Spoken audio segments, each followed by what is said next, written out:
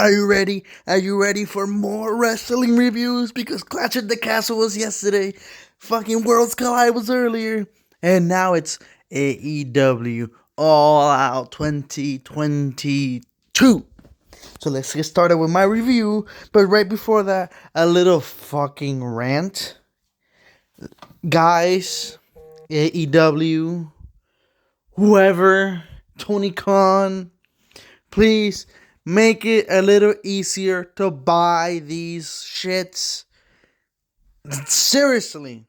So I bought this pay-per-view from Xfinity. And after getting an error, and it might not be your guys' fault, it's Xfinity's fault, but maybe if you guys have a different way to watch these, I wouldn't go through this headache. But I called Xfinity because I bought the pay-per-view and it wouldn't play, and they told me disconnect the box and then that should fix it. And they hanged up, it didn't work. I had to call them, they didn't pick up. I had to hang up and call, blah blah blah blah blah. That shit really pissed me off. I want to slam the TV. But okay, that aside, I ended up buying it from Bleacher Report because I found out the Xbox has a Bleacher Report app. I did not know that because the main thing is I want to watch it on the TV, not on my phone. Okay? So, that rant aside, let's get started with AEW All Out 2022. And the first match was the casino ladder match. I did not watch the kickoff because while I bought the pay-per-view and I was with Comcast on the phone, I know that I missed the entire kickoff. I'm sorry. That will not be discussed here. Main show only. So main show kicks off with the casino ladder match. Fantastic match. I'm not even going to go through the order of things of how people came out. I'm only going to focus really on the Joker. But let it be said, this match was fantastic, hard-hitting. There was a fucking damn vicious Canadian Destroyer by Penta on a ladder. Andrade did a flip power bump from the top of the ladder to Yuta. The ladder was used viciously. It was all great. It was all exciting. It was all fantastic. It was amazing. It was a really great, fun ladder match. And then we got the Vince McMahon ending. So as everybody's brawling, Joker's still not out. A group comes out, attacks everybody, completely destroys everybody. Everybody's out. The one guy goes, grabs the little thing you win at the top. And the commentator's like, oh, but he's not the Joker. He's not the Joker. I can guarantee you he's not the Joker. He's not one. And then the Joker comes out. Music starts playing. A guy with a mask comes out. And boom. He walks to the ring. The guy gives him the little prize thing. He wins. Crowd are booing. He's teasing he's going to reveal himself because he has this mask on. And he doesn't. He doesn't. He waves his little finger with a no and leaves. What the hell was that? At first, I'm like, why are we starting with this fantastic match? Why is a ladder match starting this thing? And like, why? And it was great. Claudia was great. Everybody was great. But this ending, in many ways, it's just like, it's one of those endings that ruined the match to me. It really just ruined the match. And as fantastic as the match was, I have to give it a down. Can only give it a down. The ending really just ruined it for me. So next up was the Elite versus Adam Page and the Dark Order. And oh my goodness, this was I'm out of words. This was a trios match. This was a 3-on-3 match. This is how you do it. This was spectacular. This was fire. Just super kicks, reversals, all kinds of stuff. Wrestling stuff that I was losing it as the whole thing was going on. It was... let me calm down. It was insane. This match was just fantastic. Everybody did their part. Everybody went to war. This match, the finals for the trio titles. This match made those titles feel super, super important. The way these guys went to war for these belts, these guys wanted it. And the belt already feels important because of it. Fantastic match. Kenny Omega, Adam Page kept teasing throughout the night that they were going to wrestle. Well, throughout the match, not throughout the night, throughout the match. And it wasn't happening because of a tag. The Dark Order and Adam Page were like kind of arguing throughout the match. Don't do that. He's hurt. His back, blah, blah, blah. So it was insane. And eventually it did happen. It did go down. They were about to go at it. Kenny Omega, Adam, and the referee's like, no, you guys aren't the legal man. You guys aren't the legal man. You go out. You go out. Each man grabs their partner who's down, knocked out on the floor, drags him to the corner, tag in. They go to war. The amount of reversals and super kicks was insane. Flips, jumping from the top of the rope, jumping from the middle rope, everything. There was, I can't think of a negative, and this makes me excited for the future of these belts, because this match alone is like, oh my god, all the trio matches going to be like this for the belt. I cannot wait. I am excited to see what's in the future for these belts. Kenny Omega and the Young Bucks win because of an accident. Technically, Hangman Adam Page was going for that fucking lariat and accidentally hit his own partner. And then the Young Bucks held him down as Kenny Omega got the pin. It was a fantastic ending to a fantastic match. Nothing wrong here. Fantastic. This doesn't get enough. This gets heavy metal horns for awesome. Awesome match. Fantastic. Next up was Athena versus Jade Cargill. The match itself was good. This was a good women's wrestling match. It was fun. It was entertaining. Back and forth. And there was nothing wrong with the match itself. Jade Cargill was out here like she was like She-Hulk. Like, the match itself was fine. It was really good. It was back and forth. Who's going to do it? The only issue with this match was how short it was. I swear to God, I don't think this went 10 minutes. I don't know if it's because I guess the last match was too long, because it was a long match. Fantastic, by the way, again. But this was really short, and I don't know if it's because of that or what it was. But as good as it was, it kind of just ended. It was just kind of, it's over. And that kind of hurt it, because it just, I wanted to see more. I didn't want this to be over. Jade Cargill retains. Okay, I wanted Athena, but whatever, that's fine. But just the way it ended was short. It gets an up because it was good. It was entertaining. Jade Cargill has improved a lot. I was never a fan of her back before. She has improved a lot. I'll give it an up because it was good, but it was short. They needed more time. So next up was Wardlow and FTR versus Machine Gun and Jay Lethal in a 3-on-3 match, another trios match. And this proved what I said earlier. Trios matches, down the line for those belts, if they're as good as the first one, this was a good match as well. Now, this is nowhere near in the level of the Kenny Omega match, but this was definitely a very good, fun trios match as well.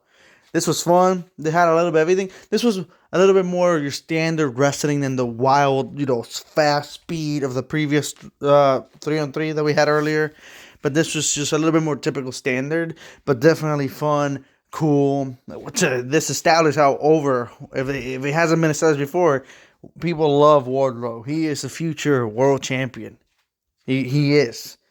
Obviously, Wardlow picked up the victory when he powerbombed Jay Lethal 4 times. 1 time, crowd wanted more. 2 times, crowd wanted more. 3 and 4, and got the win. And they won. It was a good match. There was not a specific moment that I'm like, oh my god, like this shit was insane. There was some cool stuff like a double diamond cutter and stuff like that, but overall it was more standard. It was still very entertaining and fun. You should watch it. The match gets up. After the match, they were about to get jumped, and Samoa Joe made his return because he was filming Twist of Metal. He made his grand return and started attacking the other goons. And then Dax's daughter came out to get the pin. On Sanjay Dutt, he got the pin after he made, I guess, inappropriate comments towards her. Like bad comments, not like inappropriate in another different way, but negative comments. And her dad punched the shit out of him with a single strike, and then she went on top. 1, 2, 3. She won. It also gets an up. Then it was Powerhouse Hobbs versus Ricky Starks in a short but sweet match. See, where the Athena one was short, but it felt like it needed to be longer because of what it was and the stakes and whatnot. This one is short, and it doesn't bother me. Maybe you think I'm a hypocrite for being like that. It doesn't bother me. It was short and sweet. Some cool wrestling moves here. But overall, Powerhouse Hobbs got it with a fucking devastating spine buster. There's nothing much to talk about really in this match. Nothing like, ooh my, holy hell. But it was definitely entertaining, solid match. Even though it was short. Go check it out if you want. It's not match of the night at all. But it is weird that the singles matches have been so short at this point, if you think about it. Obviously, we'll talk about the rest as the review continues. Up. Oh, Sesame Daddy. Oh, Sesame Daddy. Oh my God, that's all you heard in this match. Swerve and Keith Lee defended their tag titles against the Acclaim after a great rap. The crowd was electric. This match was awesome. Tag team wrestling. This is tag team wrestling. Holy hell. What a damn fucking fantastic match we had here. I honestly wouldn't be able to tell you if I had to pick one. Do you watch this or do you watch the trios with Kenny Omega? Because this match was just as fantastic. It was a long match, and it was a long match that didn't feel long. It went great. The crowd was great. It was fantastic because even though Keith Lee and Swerve are the faces and they were getting cheered in the beginning, as the match progressed, this crowd got behind the Acclaim so much that's like whenever it looked like Keith or Swerve were gonna win, the booing was out the fucking building. Whenever they attacked, I can't even think of his name right now. Caster's, I think it was Lay's leg, right on the leg, because he was hurt. They were just booing him. My God, the counters throughout this entire match, I couldn't even predict who was gonna win. I'm like, who is it? Who wins? I don't know. It could be either one. I'm like, wrestling, when it's like this, when you don't know who's going to take it, it's at its best. And this match had me jumping out of my seat, screaming, applauding as an idiot because I'm alone in my house. I'm the only one watching this out here applauding and yelling and jumping. Man, this match was insane throughout. All around. This is tag team wrestling. This is must-see match. This was pure fire. Heavy metal horns. We got two heavy metal horns because that's what Kenny Omega match also got. This was insane. I wanted the Acclaim to take it. Unfortunately, they didn't. But this just a different point. I'm like, I don't know who's gonna win it. At one point, a double suplex to Keith Lee from the top. It was just insane. My goodness. I'm stunned here still thinking about this match. And I'm just going to tell you this. Go watch it. I'm done talking about this match. I don't want to spoil this match too much. I really don't. Because this is a must-see match. Do yourself a favor. If you like wrestling, this is a must-watch match. Heavy metal horns for awesome. Then we had the fatal 4-way for the women's champion, or technically the interim women's champion. And whew, so I gotta say, what a match we had. What a fatal 4-way. That was intense. Action. Everybody played their excellent part. Now, interesting. The crowd really wanted Jamie Hayter to win this. Like they were so behind her. It was like crazy. The match was fantastic. I was hoping Toni Storm would win. Toni Storm won. It seemed like Britt Baker was going to win at one point. It was crazy because at one point Jamie Hayter was going to win. She was going to take it. And fucking Dr. Britt Baker grabs the referee out. Costs her. She was going to win. The moment was hers. So does that mean feud? And then not only that, at one point, Toni Storm knocked out Jamie Hayter, and Britt Baker tried to counter 1-2, but she kicked out. But overall, Toni Storm won. It was great. It was fantastic. Great Fatal 4-Way. A little bit of weapon usage with the candlesticks. Not too much. I wish there was just a little more on some of this stuff. But it really was a great Fatal 4-Way. A great match. There's nothing really wrong with the match. You know, there was a point where people would be like, oh, AEW's women wrestling sucks. Oh, their women suck. Their women are trash. Their division is pathetic. Blah, blah, blah, blah, blah. But when you watch this match, you see that that is not the case. Maybe that was the case at once upon a time, but that is not the case now. So it gets an up from me. The next one-on-one match continued the trend of the night as a short one-on-one match. But now this was super, super short. I don't even know if to give this an up or a down, to be honest. Because I like it and I hate it at the same time. The heel work of it is excellent, but it robs me of the match I wanted. So Christian comes out, boo, boo, boo, boo, and here comes Jungle Boy. Whoa, whoa, whoa, whoa, whoa. Exciting, great. And then he turns around, looks to one tunnel, and through the other tunnel comes out Luchosaurus, grabs him, chokes him on that a piece of steel, which I guess they said is for fireworks. Must have hurt. Jungle Boy's back was fucking marked and burned from there. It was really, really crazy. Whew, man. Then he drags him up in front of his mother and sister. Gets like a racer's edge on the table. Get thrown inside. He's knocked out. Referee asked, do you want this? Do you want to do this? He said yes. Gets speared. 1-2. He kicks out. Okay, he still had a fight. Then then Christian just gets him up. Kill switch. 1, 2, 3. He wins. I don't know if to give this a down because it robs me of the match, or an up because from a heel perspective it was excellent. So I'm a little torn here. I'm gonna give it an up because I think it can work if the payoff of Jungle Boy eventually winning is done correctly. So I am gonna give it an up, but I'm still not kind of happy because I wanted this match. I really wanted this match. And then we got the first true, honestly, one-on-one match. After short matches, when it came to the one-on-one stuff and all that, we got the first true one on the main card. That it was Chris Jericho, Lionheart Chris Jericho versus Bryan Danielson. Danielson came out to a performance of his song. Guy was out there singing. Really good, really good. And then, man, the match started, and talk about fucking a fight. This was a fight. Jericho, Daniel Bryan, back and forth, chop, punch. Oh, man. Honestly, this is wrestling. When it comes to one-on-one, I'm talking about earlier about how talented this is tag team wrestling. This is trios wrestling. This is one-on-one wrestling. Jericho, Bryan Danielson, back and forth, great match. Who's the better man? Both great wrestlers. Honestly, I couldn't really predict who was gonna win. Again, that always benefits the match. Jericho wins after he low blowed Bryan Danielson and then hits him with the Judas effect. I'm okay with that. I like Jericho. I think Jericho's great. He still got it. He still performs at a high level.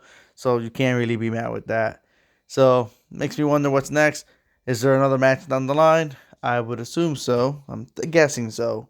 But as of right now, Jericho has the last laugh. It definitely gets an up from me. So, what else the House of Black and Judgment Day have in common? Huh? They can't win a match! In all seriousness, this was Sting, Darby Allin, Miro versus the House of Black. It was a fun match. Another good trios match, 3-on-3. What do I keep saying about these matches? But I feel like House of Black really should have won this. So that really bothers me. But it was a good match. Again, everybody plays their part. Everybody was great. But man, that victory that they need a victory. Overall, Sting, Darby, and Miro win. Sting used missed, and then Darby got the pin. I don't know how I feel about this because I really, really, really want Malachi Black at some point to win the AEW World Championship. But at this point, it's like that's a vision that I see far and far away every time. It seems farther away every time. So I hope things turn around with the thing about him asking for his release, mental health. I wonder if this played any part in the result. Maybe he goes on a break or not. Who really knows, to be honest. But it has to be said that, well, we'll see. Miro was a monster for a good chunk of the match. He was just destroying the House of Black at one point. That's good to see. I like me some Miro. So then Brody King was also the monster for the other side. Buddy Matthews was great. Sting showing he still got it. But I don't know. It's just the match itself it was good. It was really fun. It's just, man, not the result I was hoping for. We shall see. But it still definitely gets on up because it was definitely a good match. Especially Monster Miro destroying. That's fun to see. Then we arrived. We are here at the main event. CM Punk, John Moxley, round two. So how did round two go? Well, first of all, crowd was electric from the moment Punk came out. Of course, it's his hometown. Moxley came out. Crowd was still electric. Kind of getting booed. Kind of getting cheered. At one point, these guys were CM Punksters were getting on his face. He gave him the middle finger. He gave the middle finger to the crowd a few times.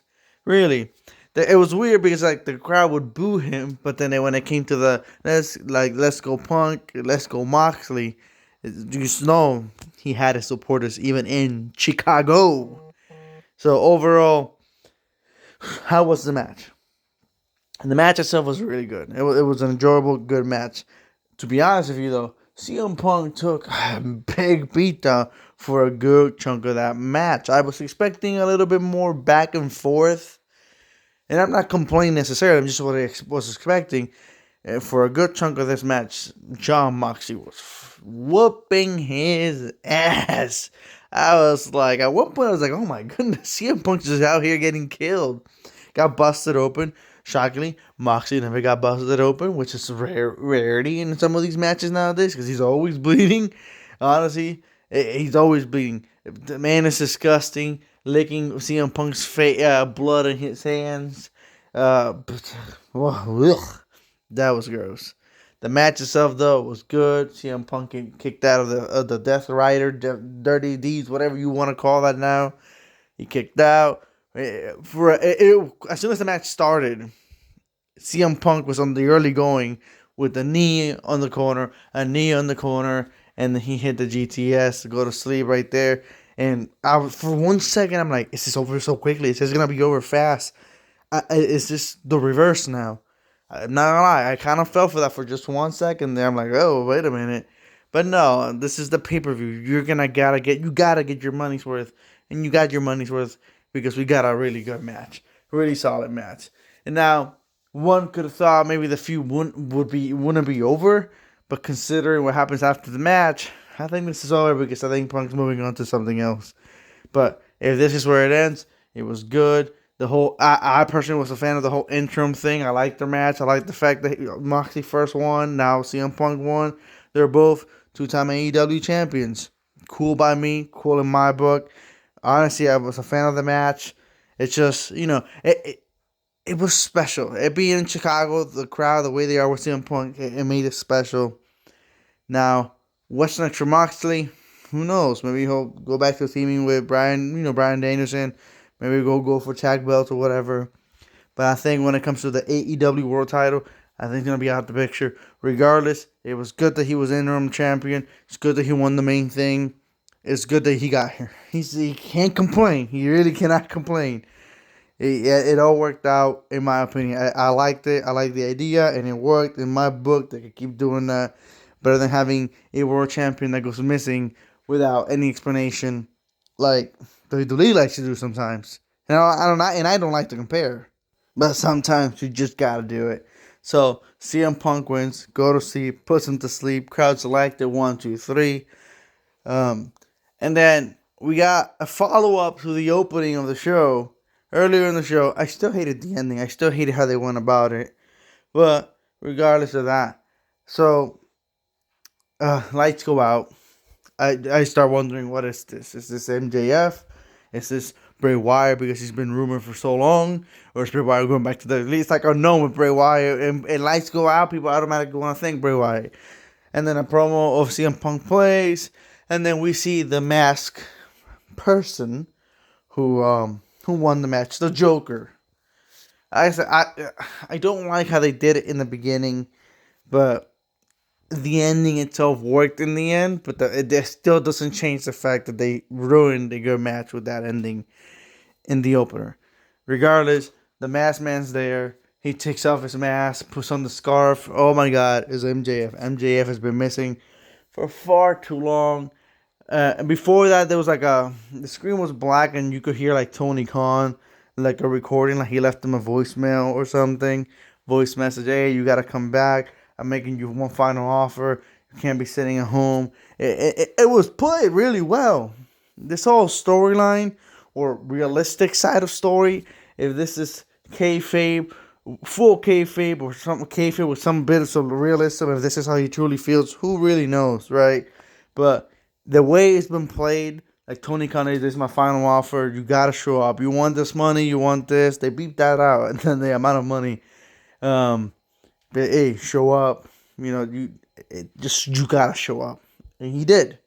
And there's the music play. He came out, crowd went electric. MJF started the chant, and he's looking down at Punk. Punk's there bleeding, holding the belt, and there he is. He starts aiming, doing the little, pretending he has the title around his waist. That's what he wants. He wants the belt. And he's old, man. He's old now because he technically won the casino ladder match. So it seems like we're getting MJF versus CM Punk. He also flipped the crowd. Now, MJF versus CM Punk, they had a great rivalry already in AEW. In a way, it feels like this is too soon to put them back together again. Now, they didn't have a bad match before, so I'm not saying that, but it feels too soon. But I am not going to complain just for the fact that now the belt is involved. And if MJF wins the belt by the end of this feud, it will all have been worth it. And these 3 months he's been gone, or maybe more, maybe less, I'm sure more though, will have been worth it. Because MJF has been missing. And trust me, when he's missing, it feels different. It feels different. There is this emptiness in the show sometimes because he is a cornerstone of AEW. So to see him back here, to see him in a feud for the world title that he will hopefully win. CM Punk already won their first feud. So losing the feud overall now wouldn't hurt him at all either. And it's CM Punk. He'll recover. He'll be fine.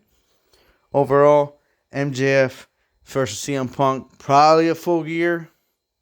So it'll be a ways out. But that's what I'm saying. We got time to build this feud, even though we've already had it, but now it'll be different. Having the belt in the picture will give it a different feeling, a different flavor, a different goal in mind as to why they're fighting. So overall, it all was great. It all was great, excellent. It gets an up for me because the match was great. And MJF's return afterwards gets the heavy metal horns for awesome because you cannot go wrong with MJF. MJF is the best heel in the business. And if you don't think so, I'm sorry, you're wrong. So that was my review of All Out. AEW All Out 2022, in my eyes, was a success compared to last year. Not as many surprises. Last year we got Adam Cole, Bryan Danielson, Ruby Soho, stuff like that. So not as many surprises, but we did get a returning Samoa Joe. We did get MJF back. And MJF alone was like a huge win, right? So it was still worked out. It was still cool. Sweet moments with Dax's daughter and stuff like that. Overall, excellent. There really wasn't a bad match. The only match I gave it down was really because of the ending, not because the match itself was bad.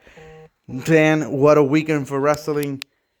This was fantastic. All Out was just a huge success in my eyes. Worth every dollar.